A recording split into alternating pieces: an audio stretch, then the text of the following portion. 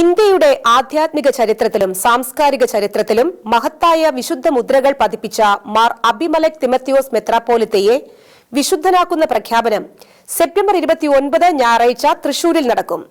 കൽദായ് സഭയുടെ പരമാധ്യക്ഷൻ മാർ ഗീവർഗീസ് മൂന്നാമൻ സ്ലീവ പാത്രിയാർക്കീസ് തിരുമേനിയുടെ മുഖ്യ കാർമ്മികത്വത്തിൽ വൈകിട്ട് 5-ന് Thrissur Chaldean higher secondary school ഗ്രൗണ്ടിലാണ് ചടങ്ങുകൾ നടക്കുക. 800 വർഷങ്ങൾക്ക് ശേഷമാണ് കൽദായ സുറിയാനി സഭയിൽ ഒരാളെ വിശുദ്ധനായി പ്രഖ്യാപിക്കുന്നത്. 1908 മലബാറിന്റെയും ഇന്ത്യയുടെയും മെത്രാപ്പോലിത്തയായി തൃശൂരിലെത്തിയ മാർ അബിമലെക് തിമോത്തിയോസ് തൃശൂരിലെ അജഗണങ്ങൾക്കും മറ്റു സമുദായാംഗങ്ങൾക്കും ചൈതന്യം പകർന്ന വ്യക്തിയായിരുന്നു. ഉറച്ച കാനോനിക ജ്ഞാനം കൊണ്ടും ദൃഢമായ നിശ്ചയങ്ങൾ കൊണ്ടും അഭൂതപൂർവമായ കാരുണ്യ സ്പർശം കൊണ്ടും അബിമലെക് തിമോത്തിയോസ് ജനഹൃദയങ്ങൾ കീഴടക്കി. ആത്മീയ പ്രഭാവം പോലെ ശക്തവും ധീരവുമായിരുന്നു സാമൂഹ്യ ജീവിതത്തിൽ തിരുമേനിയുടെ ഇടപെടലുകളെന്ന് ഡോക്ടർ മാർ അപ്രേം മെത്രാപ്പോലിത്ത പറഞ്ഞു. ഹിസ്റ്റോറിക്കായിട്ട് ജവഹർലാൽ നെഹ്റുവും കമലാ നെഹ്റുവും മകൾ ഇന്ദിരയും കൂടിയിട്ട് 1931 വന്ന സ്ഥലം ഈ വട്ടമേശയ്ക്ക് ചുറ്റുമാണ് അവരിരുന്നിരുന്നത്.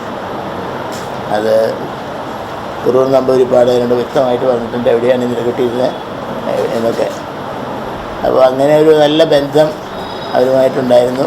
ഖദർ ലോഹ ധരിച്ച് മഹാത്മാഗാന്ധിയെ കണ്ട തിരുമേനി സ്വാതന്ത്ര്യ സമരത്തിന് സമ്പൂർണ്ണ പിന്തുണയും നൽകി. ഗാന്ധിജിയുടെ നിർദ്ദേശപ്രകാരം പണ്ഡിറ്റ് നെഹ്റുവും കമലയും മകൾ ഇന്ദിരയും തിരുമേനിയെ തൃശ്ശൂരിൽ വന്ന് കാണുകയും ചെയ്തു.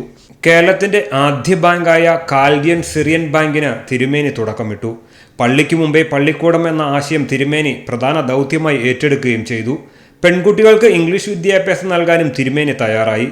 തൃശൂർ ജനറൽ ആശുപത്രിയിൽ ആദ്യത്തെ ശസ്ത്രക്രിയ നടത്താൻ ഉപകരണങ്ങൾ വാങ്ങാൻ മുൻകൈയെടുത്തത് മാർ അബിമലെക് തിരുമേനിയാണ്.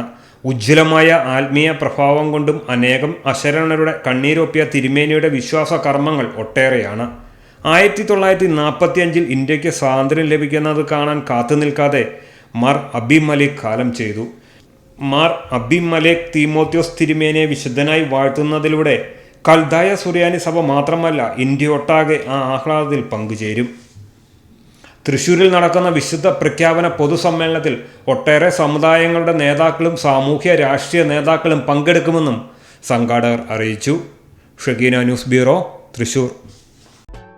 ഷെക്കൈന ടെലിവിഷന്റെ വാർത്തകളും പ്രോഗ്രാമുകളും യൂട്യൂബിൽ കാണുന്നതിനായി ഈ ചാനൽ സബ്സ്ക്രൈബ് ചെയ്യുക. നിങ്ങളുടെ മൊബൈലിൽ തത്സമയം നോട്ടിഫിക്കേഷൻ ലഭിക്കുന്നതിന് ബെൽ ബട്ടണിൽ വിരലമർത്തുക.